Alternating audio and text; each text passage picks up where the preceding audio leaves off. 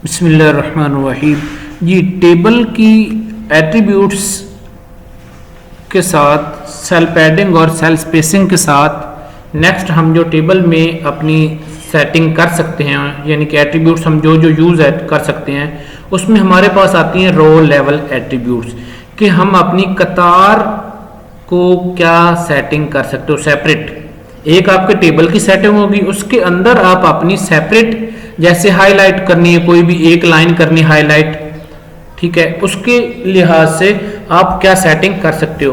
तो उसकी भी एट्रीब्यूट, सिंगल रो की भी एट्रीब्यूट आप अपने टेबल की तरह सारी सेपरेट कर सकते हो। मिसाल के तौर पर पहला एट्रीब्यूट अलाइन, कि आप उसको अलाइन कहाँ करते हो, लाइन को टेबल के अंदर, रो को टेबल के अंदर होगा तो जारी बात है टेबल में जहां टेबल सेटिंग होगी उसके अंदर आप अपनी रो को कहां सेट करते हैं, सेंटर में।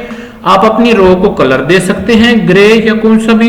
आप अपनी रो को कलर या उस एक लाइन को पिक्चर भी लगा सकते हो, उस एक लाइन की विड्थ और हाइट भी यूज कर सकते हो।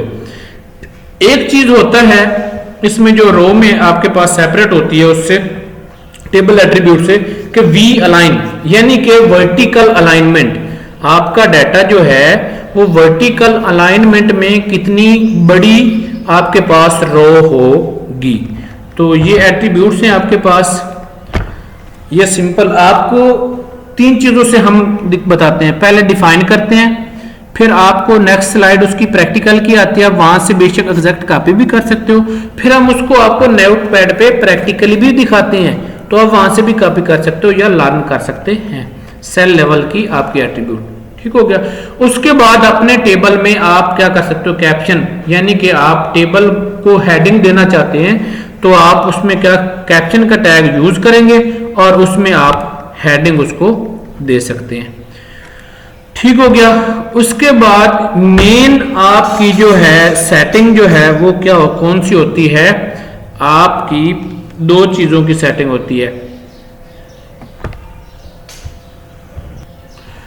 जी। रो लेवल के बाद आपके पास आती हैं सेल लेवल सेटिंग, यानी कि आप अपने पूरे बॉक्स के लेवल की भी सेटिंग कर सकते हो। इसमें एक नई चीज आएगी, जैसे आपका था कॉलम स्पेस और रो स्पेस, इधर आपके पास दो चीजें नहीं आएंगी, वो होगी row span and column span.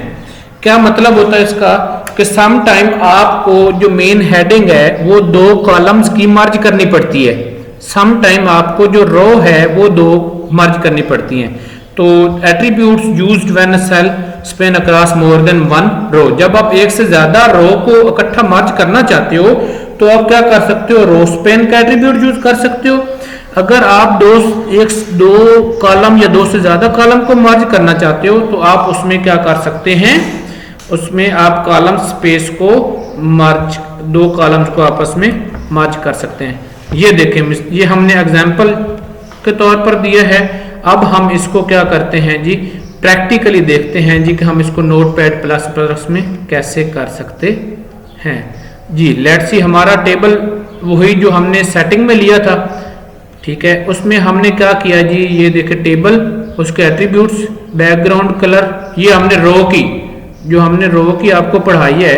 अब हम रो के अलग सेटिंग कर रहे हैं कि पहली लाइन की जो है बैकग्राउंड कलर येलो होगा, वर्टिकल अलाइनमेंट होगी और हाइट उसकी 40 होगी। ये हमारी पहली लाइन की सेटिंग होगी, ये ध्यान में रखिएगा, यहां तक आप पहली लाइन से। फिर उसके बाद हम क्या कर रहे हैं, उसके अंदर जो डाटा दे रहे हैं उसमें हम कह रहे हैं कि row span is equal to 2। इसका क्या मतलब है कि हमारी जो दो रोज हैं वो मर्ज हो जाएंगी। दूसरे डाटे में हम क्या कह रहे हैं, उसको कॉलम स्पेस 2, कॉल स्पैन 2, कि वो दो कॉलम्स को आपस में वो मर्ज कर देगा।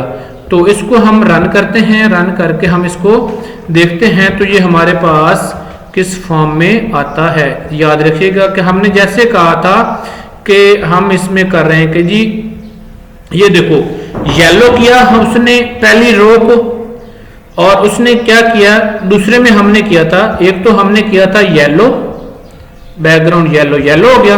फिर रो स्पैन 2, पहली दो रोज को उसने क्या करना था, मर्ज करना था।